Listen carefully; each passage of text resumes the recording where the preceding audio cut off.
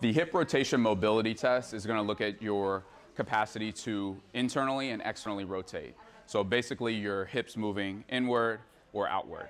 You're going to drop down to your bottom here, and you're going to have a 90-90 angle at both the knee and hip. So you'll be here and here, should be able to draw a right angle here, right angle on that back leg here.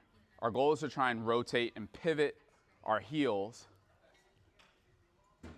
into that 90-90 position to the other side. You can adjust as you try and go back. So you're gonna shift, pivot to here. Our goal is to be upright, not being able to use our hands, and that's the way to confirm if we pass the test. So if you're shifting throughout the motion, that means you did not pass the test. So if you have to really shift your feet in order to get here, or if you have to use your hands, that means we did not pass the test. If you're unable to pass the hip mobility test, here are a few exercises to help improve on that. First one is the hip flips.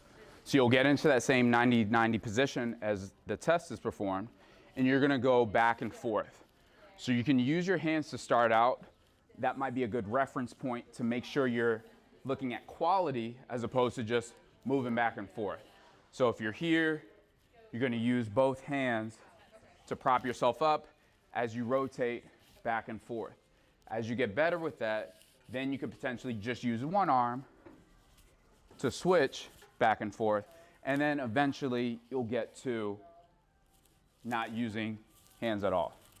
So you can shoot for 10 reps on each side and do multiple sets. Another exercise to help improve on hip rotation mobility is the modified pigeon.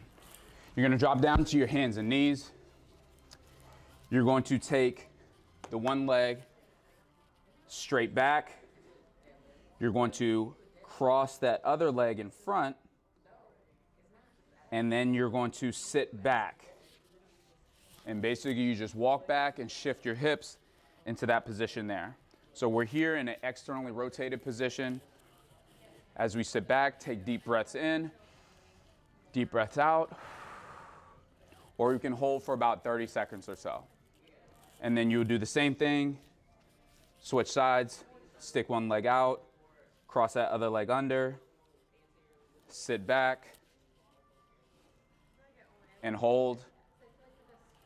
Deep breaths in, deep breaths out, and then we're holding for about 30 seconds or so as well. You can repeat multiple sets on each side. Another exercise to help with hip rotation mobility is the foam roller. So we're gonna cross our one leg over top, just like this in a figure 4 position. You're gonna do a slight lean onto that side, and you're going to roll right on that glute area on the outside, backside of that hip. You're gonna roll back and forth. You can find a few hot spots, spend about 30 seconds to a minute. You can roll up and down.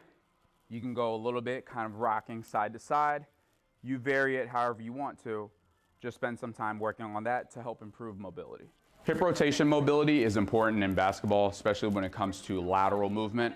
When you talk about cutting, going side to side, having the available range of motion at your hips is pertinent with staying with the defender, crossing over, getting a past the defender. So making sure you have great mobility is going to improve your game on and off the court.